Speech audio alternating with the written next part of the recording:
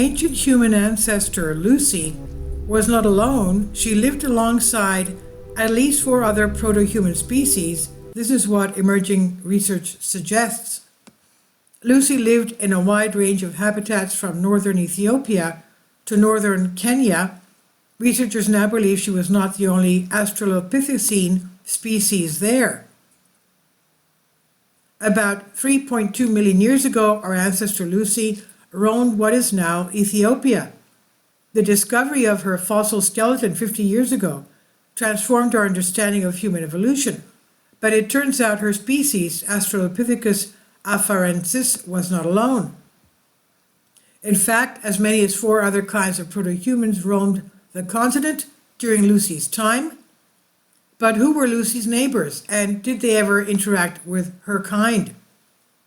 For almost a million years, A. afarensis lived throughout East Africa, and paleoanthropologists have found numerous fossils of this species ranging from north-central Ethiopia to northern Tanzania, a span of 1,460 miles, or roughly the distance from Boston to Miami.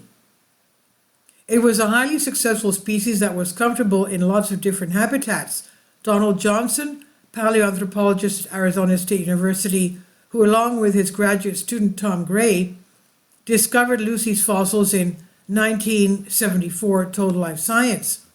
For decades after Lucy's discovery, paleoanthropologists assumed A. afarensis was the only hominin that lived in this region during the Middle Pliocene epoch 3 to 4 million years ago. But the discovery of a fragmentary jawbone in Bahr el Ghazal region of Chad in 1995 dramatically changed the picture of hominin diversity. At 3.5 million years old, this fossil of a species that would be named Australopithecus Bahr el Ghazali was the first indication that other hominins lived around Lucy's time.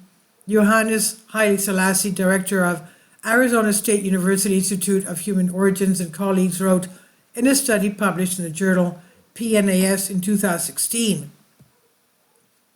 Lucy's kind may not have interacted with these Australopithecines, who were more than 1,500 miles away, but at the site of Woranso Mile, just 30 miles north of where Lucy was found at the site of Hadar in Ethiopia, Haile Selassie and colleagues found A. afarensis fossils along with other anatomically distinct fossils from the same time period.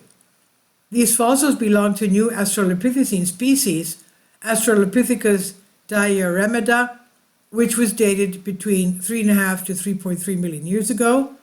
A. diaremida had markedly different teeth than Lucy's species, suggesting they had different diets. But paleoanthropologists do not currently agree on whether it is a different species from Lucy. Woranso Mile also yielded a partial food dated to between 3.4 and 3.3 million years ago, and its opposable big toe suggests this individual was better adapted for climbing than A. afarensis, a species that habitually walked on two legs. Although this individual was clearly not a member of A. afarensis, the Burtule foot has not yet been assigned to a species.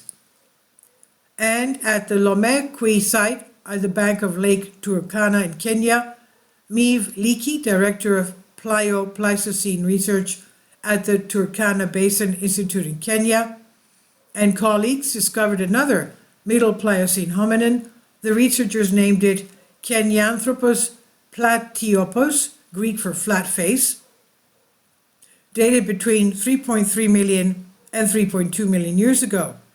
K. platyops overlapped in time with Lucy, but lived over 620 miles away.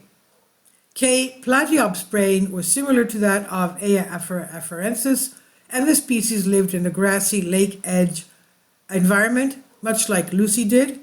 While some researchers think K. platyops might be a Kenya-specific version of A. afarensis, others, including Haile Selassie, think its upper teeth are different enough to call it a separate genus and species. A closer look at the currently available fossil evidence from Ethiopia, Kenya, and Chad indicates that Australopithecus afarensis was not the only hominin species during the Middle Pliocene, and that there were other species clearly distinguishable from it by their locomotor adaptation and diet. This growing collection of fossils from different hominin species raises an important question that paleoanthropologists are trying to answer. Do these different species meet or even mate with each other? Almost all primates are social creatures, living in groups and cooperating to forage for food, and some non-human primates such as tamarins, marmosets, and howler monkeys mate across species. A. afarensis was as social as other primates, and Lucy may have lived in a group of 15 to 20 males and females. A preserved trail of footprints from 3 Australopithecines walking together at the site of La Toli in Tanzania is further evidence that Lucy and her kind were social creatures. But there is currently little hard evidence that Australopithecines mated across species. Rebecca Ackerman, Biological Anthropology, University of Cape Town, South Africa, said. And that said, there is morphological evidence consistent with hybridization in A. afarensis, particularly in the variation in their teeth, Ackerman said. But these differences cannot be conclusively tied to interbreeding by current DNA techniques because Australopithecine fossils are too old to harbor usual DNA. Instead, we may be able to infer whether they ever interbred by looking at ancient proteins, which are coded for DNA by DNA, she said. By looking at proteins in tooth enamel, Ackerman and colleagues clarified how individuals from the hominin species Paranthropus robustus, which lived in South Africa 2 million years ago, were related.